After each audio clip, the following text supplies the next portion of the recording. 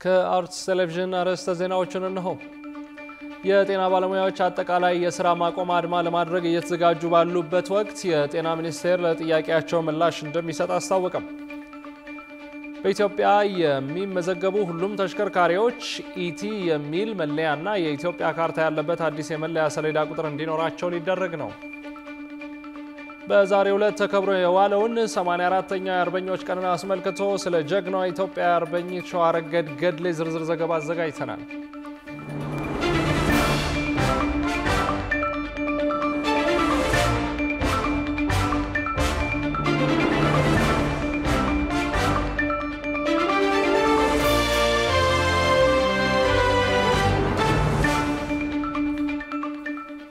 ክቡራን ተመልካቾቻችን እንደምን አላችሁ? የአፍሪካን ህዳሴ ለማብሰር ከፍ ያለ ዓላማን ይዘው በ24 ሰዓታት ስርጭት ወደ እናንተ የሚደርሰው የአርትስ ቴሌቪዥን የዜና ሰዓት ነው። ከ120 ሚሊዮን በላይ ዜጎች ያሏት ሀገራችንና በሰባት አህጉራት የተከፋፈለችው ዓለማችን እንዴት ዋለች እንዴት ተሳደረች የሚለውን ወደ እናንተ ልናደርስ መተናል። ዜናዎቹን ወደ እናንተ የማረሰው ደግሞ ያብስራ ገዛይ ነኝ። አብራችሁን ቆዩ። ወደ ቀዳሚው ዜናችን ስናልፍ የጤና ባለሙያዎች አጠቃላይ የሥራ ማቆም አድማ ለማድረግ እየተዘጋጁ ባሉበት ወቅት የጤና ሚኒስቴር ለጥያቄያቸው ምላሽ እንደሚሰጥ አስታወቀም። የኢትዮጵያ የጤና ባለሙያዎች ራሳችንን እናድን በሚል ለጀመሩት እንቅስቃሴ የመኖሪያ ቤትን ጨምሮ የኢኮኖሚ ጥያቄዎቻቸውን ሊፈታ ይችላል የተባለ እንቅስቃሴ መጀመሩን የጤና ሚኒስቴር አስታውቋል። ጽዮን ለይኩን ዝርዝር አላት። ሐኪም ባለበት ተስፋ አለ። ይህ ስለ ሕክምና ብሎም ስለ ሐኪምነት ከተሰሙ እልፍ አባባሎች መካከል አንዱ ነው። ከፈጠረን በታች ለህልውናችን መሰረት የሆነውን የሕክምናን ጥበብ ይዘው ለመኖራችን ተስፋ የሰጠንን የማዳን ቃል ኪዳን ተሸክመው የሚያገለግሉን የጤና ዘርፉ ባለሙያዎች መሆናቸው የማይካድ ሀቅ ነው። በ2016 ዓ.ም በወጣው የጤና ሚኒስቴር መረጃ 500,000 የሚጠጉ የጤና ባለሙያዎች በአሁኑ ወቅት በኢትዮጵያ በጤና ዘርፉ በማገልገል ላይ ይገኛሉ። ይህም ማለት ኢትዮጵያ ካላት የህዝብ ቁጥር መጠን ጋር ሲነጻጸር አንድ ዶክተር 6,000 ለሚጠጉ ዜጎች፣ አንድ ነርስ 1,000 ለሚጠጉ ታካሚዎች፣ አንድ አዋላጅ ደግሞ ከ4,000 በላይ ለሆኑ እናቶች የሚያገለግሉ እንደሆኑ ቁጥራዊ መረጃዎች ያሳያሉ። ታዲያ እነዚህ ባለሙያዎችን በጋራ ያስነሳ አንድ ችግር ገጥሟቸዋል። የመጀመሪያውና ዋነኛው ጥያቄያቸው ባለሙያው ካለበት የስራ ጫና አንጻር የሚያገኘው ገቢ አነስተኛና ከኑሮ ውድነቱ ጋር ያልተመጣጠነ መሆኑ ሲሆን የጤና ባለሙያው ቢታመም እንኳን ለመታከም የማይችልበትና ወደ ልመና የሚገባበት የኢንሹራንስ ፖሊሲው የማይከበርበት ሁኔታ ውስጥ መግባቱን የሚገልጽ ነው። ህይወት ስናድን ኖረናል፣ አሁን የራሳችንን ህይወት ማዳን ይኖርብናል የሚሉ የማህበራዊ ሚዲያ ሃሽታጎችን በመጠቀም የኢትዮጵያ የጤና ባለሙያዎች በአግባቡ መኖር እስከማይችሉበት ደረጃ ያደረሳቸውን የኢኮኖሚ ጥያቄ አስመልክቶ መንግስትን መጠየቅ ከጀመሩ ሰነባብተዋል። ከጥቂት ወራት በፊት ጀምሮ በቅርብ ጊዜያት ውስጥ ደግሞ በከፍተኛ መጠን የጨመረው ይህ እንቅስቃሴም ከፍተኛ ቁጥር ያላቸውን የሕክምና ባለሙያዎች ያሳተፈ ሆኗል። የጤና ባለሙያዎች ፍትሃዊ የደሞዝ ክፍያ፣ የጤና መድን ሽፋንና የተሻሻሉ ጥቅማ ጥቅሞች እንዲሟሉላቸውም ጠይቀዋል። እነዚህና ተያያዥ ችግሮችን የተመለከቱ ጥያቄዎችን ከዚህ ቀደም ለሚመለከተው አካል ማቅረባቸውን ጠቅሰውም ተገቢውን ምላሽ አለማግኘታቸውን አክለዋል። ከወራት በፊት የተጀመረው የማህበራዊ ሚዲያው እንቅስቃሴ የሕክምና ባለሙያዎቹ ጥያቄያቸው ካልተፈታ ስራ ወደ ማቆም አድማ እንደሚገቡ ማስጠንቀቂያ የሰጠና ቀን እየቆጠረ ያለ መሆኑን ተመላክቷል። ይህ በእንዲህ እንዳለ ታዲያ ከሰሞኑ ለሪፖርተር ጋዜጣ በዚሁ ጉዳይ ላይ ምላሽ የሰጡት የጤና ሚኒስቴር የህዝብ ግንኙነትና ጤና ኮሚሽን ስራ አስፈጻሚ ዶክተር ተገኔ ረጋሳ ጤና ሚኒስቴር በጤና ባለሙያዎችና በሰራተኞች የሚነሱ ጥያቄዎችን ተገቢ እውቅና ይሰጣል ማለታቸውን ሪፖርተር ጋዜጣ ዘግቧል።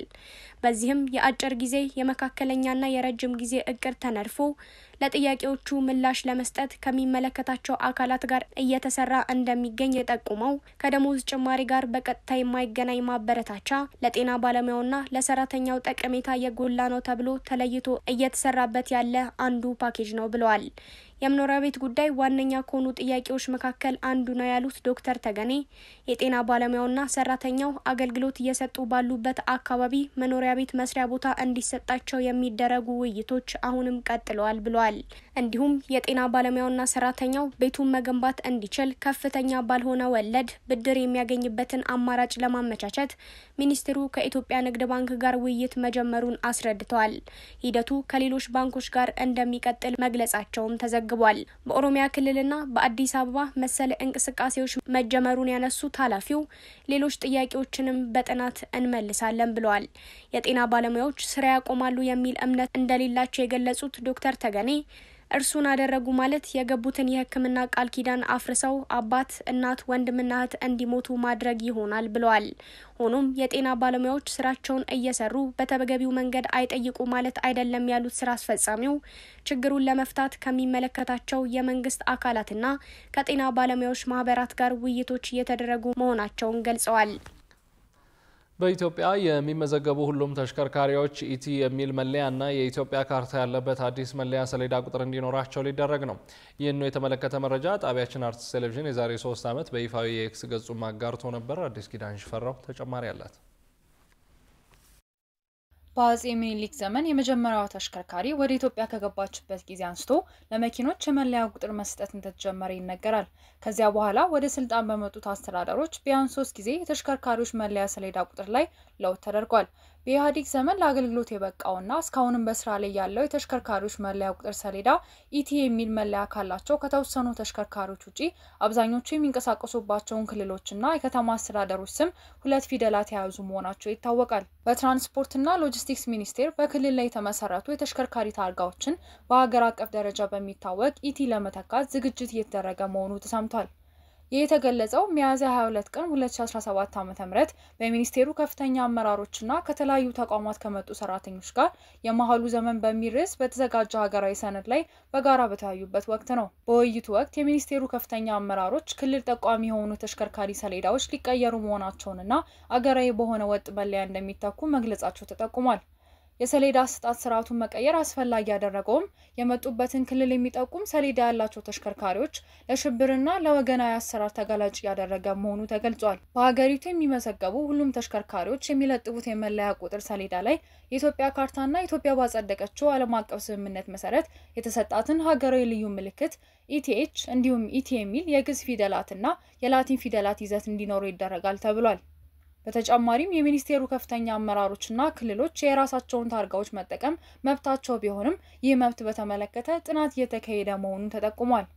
ከዚሁ ጋር ተያይዞ ጣቢያችን አርትስ ቲቪ ከ3 ዓመታት በፊት በኢትዮጵያ የሚመዘገቡ ሁሉም ተሽከርካሪዎች ኢቲ የሚል መለያና የኢትዮጵያ ካርታ ያለበት አዲስ መለያ ሰሌዳ ቁጥር እንዲኖራቸው የሚያደርግ ረቂቅ መመሪያ መቅረቡን ለመጀመሪያ ጊዜ በኤክስ ገጹ አጋርቶ እንደነበር ይታወሳል። ይህ ረቂቅ መመሪያ ባለፉት 3 ዓመታት ውስጥ ተፈጻሚነት ሳያገኝ የቆየ ሲሆን አሁንስ ምን ያህል ተፈጻሚ ይሆናል የሚለው በጊዜ ሂደት የሚታይ ይሆናል። ዛሬ ሚያዝያ 27 84ኛው የአርበኞች ቀን ነው። ይህ ዕለት ለኢትዮጵያ ከጣሊያን ዳግም ወረራ ተላቃ በ1933 ዓ.ም በድጋሚ ነጻነቷን ያረጋገጠችበት ቀን የሚታወስበትና ለጀግኖች አርበኞች ክብር የሚሰጥበት ዕለት ነው። ሩሃ ግርማ ተጨማሪ አላት። የአርበኞች ቀን በዓል በ1888 ዓ.ም በአድዋ በኢትዮጵያውያን ጀግኖች ድል የተደረገው የፋሺስት ጣሊያን ጦር እንደ አዲስ በ1928 ዓ.ም ዳግም ኢትዮጵያን ለመውረር ቢመጣም ኢትዮጵያውያን አርበኞች ለ5 ዓመታት ያህል በጽናት ታግለው ሚያዝያ 27 ቀን በ1933 ዓ.ም ድልን በመቀዳጀት የሀገራቸውን ነጻነት ያስከበሩበት ቀንን በማስታወስ የሚከበር በዓል መሆኑ ይታወቃል። ቀደም ባለው ጊዜ ሴቶች ከፖለቲካው ቢገለሉም አጥሩን ጥሰው የጦር ግንባር ውስጥ እስከ መሳተፍ ደርሰው ለሀገራቸው ሲሉ በጀግንነት ታግለዋል፣ ታስረዋል፣ ሞተዋል። ከነዚህ ጀግኖች ሴቶች መካከል ታዲያ በተለይ ከኢጣሊያን ዳግም ወረራ ወቅት ጀብዱ የፈጸሙት ሸዋረገድ ገድሌ አንዷ ናቸው። ሸዋረገድ ገድሌ በ1878 ዓ.ም በደብረ ብርሃን አካባቢ እንደተወለዱ የህይወት ታሪካቸው ያሳያል። ሸዋረገድ በቤተሰቦቻቸው እንክብካቤ አድገው በዘመኑ የነበረውን የቤተ ክህነት ትምህርት ተምረዋል።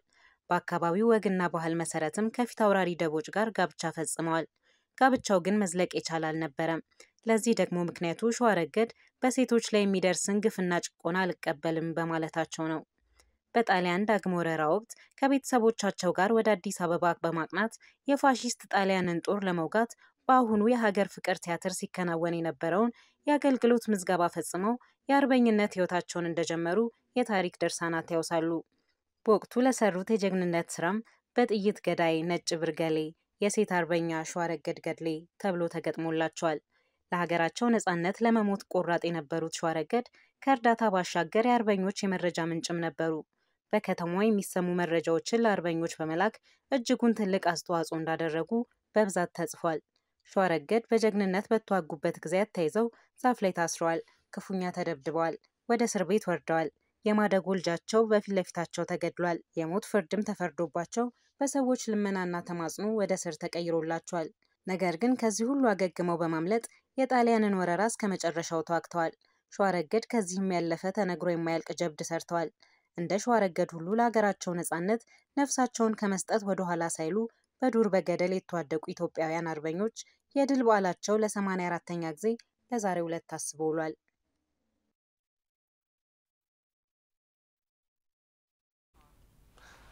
ዶናልድ ትራምፕ ራሳቸውን እንደ ካቶሊክ ሊቀ ጳጳስ አድርገው የሚያሳይ የኤአይ ምስል ማጋራታቸው ቁጣ ቀሰቀሰም። ይህ ምስል በዋይት ሀውስ ይፋዊ የማህበራዊ ትስስር ገጾች የተጋራው ዶናልድ ትራምፕ ለጋዜጠኞች ጳጳስ መሆን እፈልጋለሁ ብለው ከቀለዱ በኋላ ነው። የውጭ ትንታኔና ዓለም አቀፍ ጉዳዮች ዘጋቢያችን ቃል ኪዳን ይጥና ጉዳዩን በዝርዝር ተመልክቶታል። የአሜሪካው ፕሬዝዳንት ዶናልድ ትራምፕ በሰው ሰራሽ አስተውሎት የተሰራና የካቶሊክ ሊቀ ጳጳስ አድርጎ የሚያሳያቸው ምስል በማህበራዊ የትስስር ገጻቸው ማጋራታቸው መነጋገሪያ ሆኗል። ከሰሞኑ በትራምፕ የማህበራዊ የትስስር ገጽ ላይ የተጋራው ይህ ምስል ጳጳሳት የሚለብሱትን ነጭ ልብሰ ተክህኖና ቆብን አድርገው ያሳያል። በኤአይ በተሰራው በዚህ ምስል ላይ ትራምፕ አንገታቸው ላይ ትልቅ መስቀል ያደረጉት ሲሆን የቀኝ እጃቸውን ጣትም ቀስረዋል። ምስሉ መጋራቱን ተከትሎም ከካቶሊክ እምነት ተከታዮች ዘንድ ነቀፌታ አስከትሎባቸዋል። ትራምፕ ከዚህ ቀደምም ለጋዜጠኞች ጳጳስ መሆን እፈልጋለሁ ሲሉ መቀለዳቸው ይታወሳል። የኒውዮርክ ግዛት የካቶሊክ ጉባኤ ቅሬታውን የገለጸ ሲሆን የካቶሊክ እምነት ተከታዮች በሊቀ ጳጳስ ፍራንሲስ ሞት ሀዘናቸውን እየገለጹ ባለበት ወቅትና ቀጣዩን ሊቀ ጳጳስ ለመምረጥ በዝግጅት ላይ ያሉ እንዲህ አይነት የፌዝ ምስል መጋራቱ አሳፋሪ ነው ብሎታል። ጉባኤው ተወዳጁን አባታችንን ሊቀ ጳጳስ ፍራንሲስን ገና መቅበራችን ነው፣ እንዲሁም የካቶሊክ የእምነት አባቶች ቀጣዩን ሊቀ ጳጳስ ለመምረጥ በቅዱስ ጴጥሮስ ቤተ ክርስቲያን የጽሞና ጊዜ ሊጀምሩ ነው፣ ክቡር ፕሬዝዳንት አያላቅጡብን ሲል በመግለጫው አስታውቋል። የጣሊያን የቀድሞ ጠቅላይ ሚኒስትር ማቴዎ ሬንዚም እንደዚሁ ይህ ምዕመኑን የሚያስቆጣ ተቋሙን የሚሳደብ እንዲሁም የቀኝ ዘመም ዓለም መሪዎች በማላገጥ ደስታን እንደሚያገኙ የሚያሳይ ምስል ነው ሲሉ በኤክስ ገጻቸው ላይ የትራምፕን ድርጊት ኮንነዋል። ዋይት ሀውስ ግን ሪፐብሊካኑ የአሜሪካ ፕሬዝዳንት በጵጵስናውና በጳጳሱ ላይ እያላገጡ ነው የሚለውን አስተያየት ውድቅ አድርጎታል። ፕሬዝዳንት ትራምፕ በሊቀ ጳጳስ ፍራንሲስ ሞት የተሰማቸውን ሀዘን ለመግለጽና በቀብራቸው ላይ ለመገኘት ሮም ድረስ መሄዳቸው ይታወሳል። እንዲሁም ለካቶሊኮችና ለሃይማኖት ነጻነት ታማኝ ደጋፊ መሆናቸው ይታወቃል ሲሉ የፕሬስ ሴክሬታሪዋ ካሮሊን ሌቪት ተናግረዋል። ትራምፕ በካቶሊክ እምነት ላይ እያፌዙ ነው ተብለው የተተቹ የመጀመሪያው የአሜሪካ ፕሬዝዳንት አይደሉም። የቀድሞ ፕሬዝዳንት ጆ ባይደን ከዓመታት በፊት በታምፓ ፍሎሪዳ የጽንስ ማቋረጥን በሚደግፉ ግለሰቦች በተዘጋጀ ሰልፍ ላይ የመስቀል ምልክት ሲሰሩ ወይንም ሲያማትቡ መታየታቸው ቁጣን ቀስቅሶ ነበር። የሆነው ሆኖ ቫቲካን ከነገ በስቲያ ረቡዕ ጀምሮ ቀጣዩን ሊቀ ጳጳስ ለመምረጥ የሚሰየሙ ጳጳሳትን ለመቀበል በዝግጅት ላይ መሆኗን ዘ ጋርዲያን በዘገባው አመልክቷል።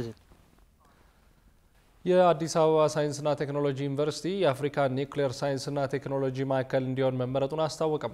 የኒውክሌር ሳይንስ ቴክኖሎጂን ለማቋቋምና ስራ ለማስጀመር ብቻ 200 ሚሊዮን ብር ይፈጃል የተባለ ሲሆን ወጪውም ዓለም አቀፉ የአቶሚክ ኢነርጂ ኤጀንሲ እንደሚሸፍነው ተገልጿል። ብዙነህ እንዳለ ዝርዝር አለው። የአዲስ አበባ ሳይንስና ቴክኖሎጂ ዩኒቨርሲቲ የአፍሪካ ኒውክሌር ሳይንስ ቴክኖሎጂ ማዕከል እንዲሆን መመረጡን አስታውቋል። የዩኒቨርሲቲው ፕሬዝዳንት ዶክተር ደረጀ እንግዳ እንዳሉት የዓለም አቀፉ አቶሚክ ኢነርጂ ኤጀንሲና የቻይናው ሺንጓ ዩኒቨርሲቲ ጋር በጋራ በመተባበር በአዲስ አበባ ሳይንስ ቴክኖሎጂ ዩኒቨርሲቲ ስር የአፍሪካ ኒውክሌር ሳይንስ ማዕከል እንዲቋቋም ስምምነት ተደርጓል። መንግስት ከዚህ በፊት 16 የሳይንስ ቴክኖሎጂ ልህቀት ማዕከላት እንዲቋቋሙ ባሳለፈው ውሳኔ መሰረት 8ቱ በእኛ ዩኒቨርሲቲ ስር ተቋቁመዋል ያሉት ፕሬዝዳንቱ ቀሪዎቹ ደግሞ በአዳማ ሳይንስ ቴክኖሎጂ ዩኒቨርሲቲ ስር እንደሚገኙ ተናግረዋል።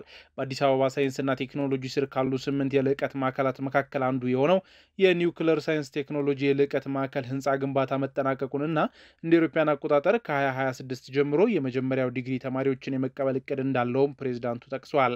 እንደ ፕሬዝዳንቱ ገለጻ የአዲስ አበባ ሳይንስና ቴክኖሎጂ ዩኒቨርሲቲ ከቻይናው ሺንጓ ዩኒቨርሲቲ ጋር በመሆን የካሪኩለም ቀረጻ በማድረግ ላይ ነው። ማዕከሉ ከኢትዮጵያ ባለፈም እንደ ሌሎች የአፍሪካ ሀገሮች የሚመጡ ተማሪዎች ተማሪዎችን እንዲቀበል ከዓለም አቀፉ አቶሚክ ኢነርጂ ኤጀንሲ ጋር ስምምነት ላይ መደረሱን ጠቁመዋል። ለማዕከሉ ምን አይነት ግብዓት ያስፈልጋል፣ በቀጣዮቹ 10 ዓመታት ውስጥስ እቅዱ ምን ይሆናል በሚሉ ጉዳዮች ላይ ከሺንጓ ዩኒቨርሲቲ ጋር በጋራ እየተሰራ መሆኑን የተናገሩት ዶክተር ደረጀ ከመስከረም 2028 ዓ.ም ጀምሮ 10 ኢትዮጵያውያን በተለይም በፊዚክስና ተያያዥ መስኮች የመጀመሪያ ዲግሪ ያላቸው ሰልጣኞች መምህራን ለኒውክሌር ሳይንስ ትምህርት ወደ ቻይና ይላካሉ ብለዋል። ማዕከሉ በአሁኑ ጊዜ የኒውክሌር ሳይንስ ቴክኖሎጂ 3ኛ ዲግሪ ያለው ኢትዮጵያውያንን ጨምሮ 2 የኮሪያ ዜግነት ያላቸው የኒውክሌር ምህንድስና ፕሮፌሰሮች እንዳሉት ፕሬዝዳንቱ ተናግረዋል። ዩኒቨርሲቲው ከዚህ በፊት ማዕከሉን በራሱ አቅም ለማጠናከር በነበረው እቅድ መሰረት 5 ኢትዮጵያውያንን ወደ ሩሲያና ቻይና በመላክ በኒውክሌር ሳይንስና ቴክኖሎጂ ዘርፍ በመጀመሪያ ዲግሪ ስልጠና ላይ መሆናቸውንና የመጨረሻ ዓመት ላይ እንደሚገኙም አስታውቋል። ዩኒቨርሲቲው ከአንድ ዓመት በኋላ ማለትም እንደ አውሮፓውያን አቆጣጠር በ2026 በኒውክሌር ሳይንስና ቴክኖሎጂ የመጀመሪያ ዲግሪ ትምህርት ከ20 እስከ 25 ያህል ተማሪዎችን ማስተማር እጀምራለሁ ያለ ሲሆን ከ4 ዓመት በኋላ ማለትም በ2030 የመጀመሪያዎቹ የዲግሪ ተመራቂዎች ይኖሩኛል ብሏል። እንደ አውሮፓውያን አቆጣጠር በ1911 የተቋቋመው የቻይናው ሺንጓ ዩኒቨርሲቲ እንደ አውሮፓውያን አቆጣጠር በ2011 ከተቋቋመው አዲስ አበባ ሳይንስ ቴክኖሎጂ ዩኒቨርሲቲ ጋር የ100 ዓመታት ያህል ልዩነት አላቸው። የኒውክሌር ሳይንስ ቴክኖሎጂን ለማቋቋምና ስራ ለማስጀመር ብቻ 200 ሚሊዮን ብር ይፈጃል የተባለ ሲሆን ወጪውንም ዓለም አቀፉ የአቶሚክ ኢነርጂ ኤጀንሲ እንደሚሸፍን ተገልጿል። የኒውክሌር ሳይንስ ቴክኖሎጂ ማዕከሉ የአፍሪካም ስለሚሆን ተጨማሪ ድጋፎችን ከሌሎች ተቋማት ሊገኝ እንደሚችል ፕሬዝዳንቱ ገልጸዋል። በቀጣዮቹ 10 ዓመታት ውስጥም የኒውክሌር ኃይል ጣቢያና ማብላያ ጥናት ማዕከል የማቋቋም እቅድ መኖሩንም ዶክተር ደረጀ ተናግረዋል። በአዲስ አበባ ሳይንስ ቴክኖሎጂ ዩኒቨርሲቲ ስር ያለው የአፍሪካ ኒውክሌር ቴክኖሎጂ የልዕቀት ማዕከል ካሪኩለም ቀረጻ ላይ እየተሳተፈ የሚገኘው የቻይናው ሺንጓ ዩኒቨርሲቲ በሀገሪቱ ቁጥር 1 ዩኒቨርሲቲ እንዲሁም በዓለም አቀፍ ደረጃ ደግሞ 43ኛ ደረጃ ላይ እንደሚገኝ በየዓመቱ የዓለም ዩኒቨርሲቲ ደረጃዎችን የሚያወጣው ማዕከል እንደ አውሮፓውያን አቆጣጠር የ2024 ሪፖርት ያስረዳል። ዩኒቨርሲቲው የቀድሞ የቻይናው ፕሬዝዳንት ሁጂንታውና የወቅቱ ፕሬዝዳንት ሺጂንፒንግን ጨምሮ በርካታ ተጽዕኖ ፈጣሪዎችን ማፍራቱ ይነገራል። ክቡራትና ክቡራን ከአርትስ ዜናዎች ጋር አብራችሁ ስላላችሁ አርትስ ቴሌቪዥን ያመሰግናችኋል። ማንኛውም አይነት የዜናም ሆነ ሌሎች ጥቆማዎችና አስተያየቶች ቢኖራችሁ በአጭር የጽሁፍ መልእክት መቀበያ ቁጥራችን 6121 ላይ ብታደርሱን ተቀብለን ወደ እናንተ እናደርሳለን። አሁን ደግሞ የዕለቱን ዋነኛ ጉዳይ እናስታውሳችሁና እንመለሳለን።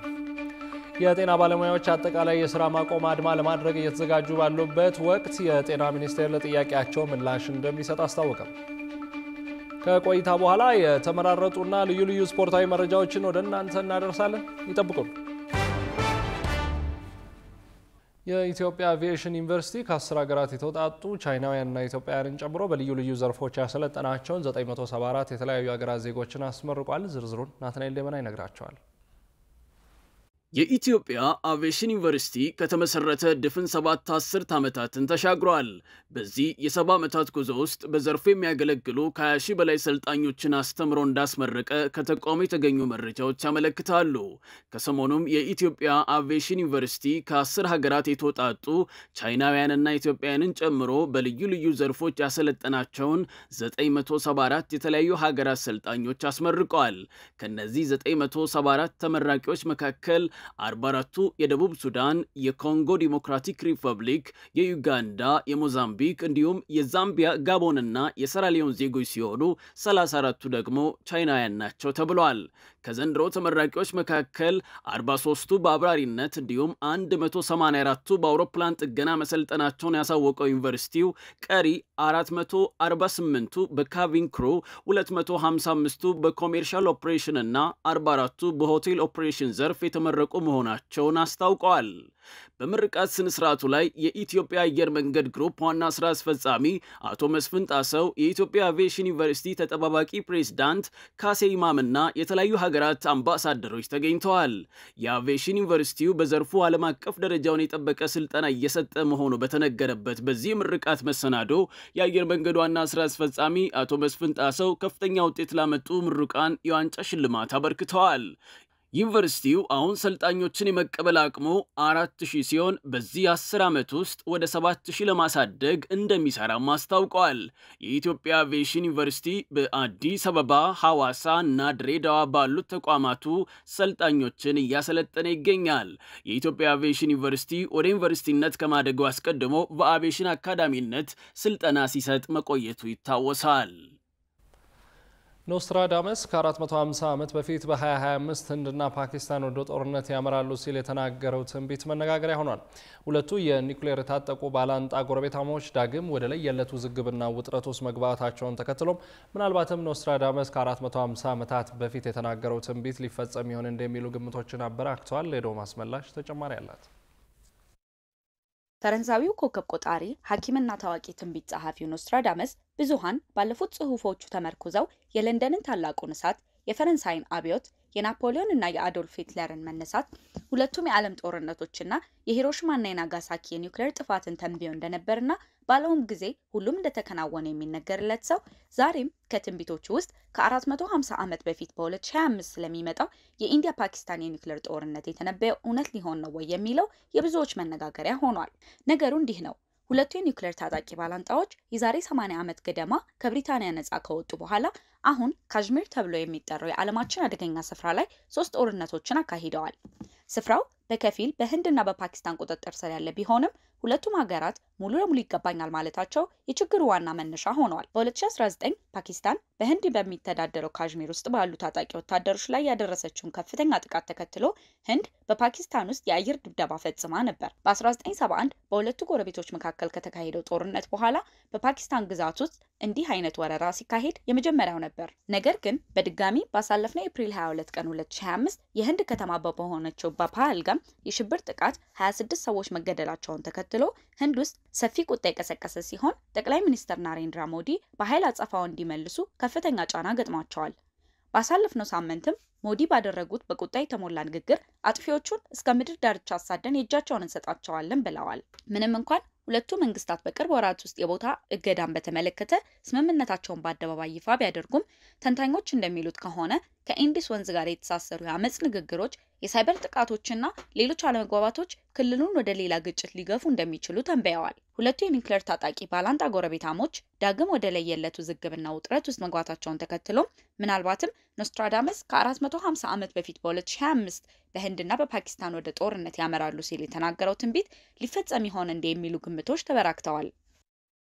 ኦሮሚያ ባንክ ሚልክ የተሰኘው በዲጂታል መንገድ ነዳጅ መቅዳት የሚያስችል መተግበሪያውን ይፋ አደረገ። አገር አቀፍ የነዳጅ ዲጂታል ክፍያ ስርዓትን ለማሳለጥ የትራንስፖርት ሚኒስቴር፣ ኢትዮ ቴሌኮምና ከሌሎች ባንኮች ጋር በጋራ በመሆን የነዳጅ ግብይትን በዲጂታል ክፍያ ለመፈጸም የሚያስችል መተግበሪያ ስርዓት መሆኑም ተገልጿል። መተግበሪያው ለሁሉም ነዳጅ አቅራቢዎች ጥሬ ገንዘብ በመቁጠር የሚያባክኑትን ጊዜ ከመቅረፍ አንጻር እንዲሁም በማደያዎች የሚቀመጥ የግብይት ገንዘብ እንዳይኖር በማድረግ የደህንነት ስጋትን የሚፈታ ከመሆኑም ባሻገር ደንበኞች በዱቤ ነዳጅ መቅዳት የሚችሉበትን እድል ጭምር ይዞ እንደመጣ ተነግሯል።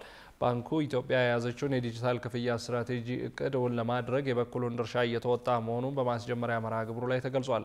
የኦሮሚያ ባንክ የዲጂታል ባንኪንግ ተደራሽነቱን ለማስፋት እንዲሁም የፋይናንስ አካታችነቱን በተግባር ለማረጋገጥ የተለያዩ መተግበሪያዎችን አንድ ላይ አጣምሮ የያዘውን ኦሮ ዲጂታል የተሰኘ ሱፐር አፕ መተግበሪያ የዲጂታል ባንኪንግ አገልግሎቶቹ ደንበኞቹ እየሰጠ መሆኑን ተገልጿል።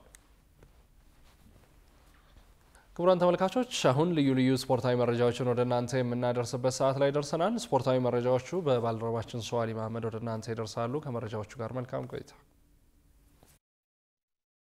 ውድ ተመልካቾች ልዩ ልዩ ስፖርታዊ መረጃዎችን ይዘንላችሁ ቀርበናል። አብራችሁን ቆዩ። እንግሊዛዊ አጥቂ ሃሪ ኬን ለዓመታት ድንቅ ጥበቡን አሳይቶ በምላሹ አንድም የክለብ ዋንጫ ማሳካት ያልቻለ ተጫዋች በመሆኑ በእግር ኳስ አፍቃሪያን ዘንድ አጠያቂ ጉዳይ ሆኖ ቆይቷል። የቶተንሃምና የእንግሊዝ ብሔራዊ ቡድን የምንጊዜም ጎል አስቆጣሪው ሃሪ ኬን ከአዲሱ ትውልድ ምርጥ አጥቂዎች ውስጥ ስሙ በቀዳሚነት ይጠቀሳል። የ31 ዓመቱ አጥቂ በቀድሞ ክለቡ ቶተንሃምና በብሔራዊ ቡድን ባደረጋቸው ጨዋታዎች የዋንጫ ክብርን ማሳካት አልቻለም። በእግር ኳስ ሜዳ ላይ የጎል አስተዋጽኦ ቢያደርግም ዋንጫ አንስቶ በመሳም ረገድ ግን እድል ከሱ ጋር እንዳልነበረች ይነገራል። ይገኛል። ተጫዋቹ በእግር ኳስ ሕይወቱ ያጋጠመውን የዋንጫ እርግማን ለመስበር በ2023 የክረምት የዝውውር መስኮት የባቫሪያኑን ክለብ ባየር ሙኒክ ቢቀላቀልም በተቀላቀለበት ዓመት ክለቡ በቡንደስሊጋ ጨዋታዎች ያጋጠመው ተደጋጋሚ ሽንፈት የሃሪኬንን ምኞት ህርም አድርጎ እንዳስቀረው ይታወሳል። የ4 ጊዜ ፕሪሚየር ሊጉ የወርቅ ጫማ አሸናፊው ሃሪኬን በሕይወቱ ለመጀመሪያ ጊዜ በባየር ሙኒክ ቤት ከ16 ዓመታት ጥበቃ በኋላ የዋንጫ እርግማኑን ትናንት በተደረገው ጨዋታ መስበሩን አረጋግጧል። ወደ ቀጣዩ ስፖርት መረጃዎችን ስናልፍ ከማንቸስተር ዩናይትድ በአቋም መዋዠቅና በዲሲፕሊን ምክንያት የለቀቁ ተጫዋቾች በየሄዱበት ክለብ የመድመቃቸውን ጉዳይ እናነሳለን። ሰር አሌክስ ፈርጉሰን ክለቡን ከለቀቁበት ከ2013 ጀምሮ የቀድሞ ገናናነቱ የራቀው ማንቸስተር ዩናይትድ የተለያዩ ኮከቦች ብቃት መምከኛ ስፍራ እየሆነ እንደመጣ መረጃዎች ይጠቁማሉ። ለዚህም እንደማሳያ በቀድሞ ክለቦቻቸው ድንቅ እንቅስቃሴ አሳይተው ቲያትር ኦፍ ድሪምስ ሲደርሱ ግን ቆሌያቸው የተገፈፈ ተጫዋቾች ቀላል አይደሉም። ለዚህም እንደማሳያ የሚጠቀሱ ተጫዋቾች ይገኛሉ። ፖል ፖግባ፣ አሌክስ ሳንቼስ፣ አንሄል ዲ ማሪያ ሁሉም ተጫዋቾች የተጠበቁትን ያህል ሳያደርጉ ከክለቡ ተለያይተዋል። ነገሩን ይበልጥ አስገራሚ ያደረገው በዚህ ዓመት በውሰት ከማንቸስተር ከተማ እግራቸው ሲወጣ እየደመቁ የሚገኙትን ተጫዋቾች በማየታችን ነው። ከአካዳሚ ጀምሮ እዛው ያደገው ብዙ ተስፋ የተጣለበት ማርኮስ ራሽፎርድ ከአዲሱ አሰልጣኝ ሩበን አሞሪም ጋር በገባው ሰጥ አገባ ምክንያት በጥሩ የዝውውር መስኮት የዩናይትድ ኤምሬውን አስቶን ቪላ ተቀላቅሎ በፕሪሚየር ሊጉና በአውሮፓ ቻምፒዮንስ ሊግ አስደናቂ ጊዜ እያሳለፈ ይገኛል። ሌላኛው እንግሊዛዊ ተጫዋች ጄደን ሳንቾ በጀርመኑ ክለብ ቦሩሲያ ዶርትሙንድ አስደናቂ አቋም አሳይቶ በከፍተኛ የዝውውር ገንዘብ ማንቸስተር ዩናይትድን ቢቀላቀልም የተጠበቀውን ያህል ባለመሆኑ በዚህ ዓመትም ለለንደኑ ክለብ ተሰጥቶ እየተጫወተ ሲገኝ በዚህ ዓመትም ለቸልሲ 4 ግብ ሲያስቆጥር 10 ለግብ የሚሆኑ ኳሶችን አመቻችቶ አቀብሏል። ሌላው ተጫዋች አንቶኒ ዶ ሳንቶስ ቢሆንም እርሱም በስፔስ ሰማይ ስር መድመቁን ቀጥሏል። ከከባድ የጫናና አስቸጋሪ ጊዜያቶች በኋላም ወደ ስፔን ያቀናው አንቶኒ ጥሩ የሚባል ጊዜያትን በቤት እያሳለፈ ይገኛል። የ25 ዓመቱ ተጫዋች ለክለቡ በሁሉም ውድድሮች ባደረጋቸው 20 ጨዋታዎች 7 ጎሎችን ያስቆጠረ ሲሆን ለ4 ለግብ የሚሆን ኳስ ደግሞ አመቻችቶ ማቀበል ችሏል።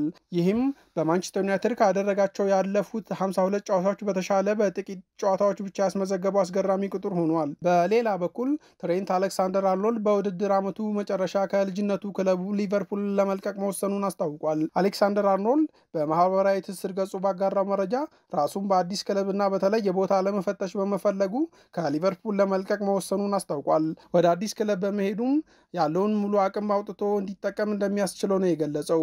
ላሳደገው ክለብም ያለውን ክብርና ፍቅር ገልጾ ለመልቀቅ የወሰነው ከገንዘብ ጋር ተያይዞ ጉዳይ አለመሆኑን ጠቅሷል።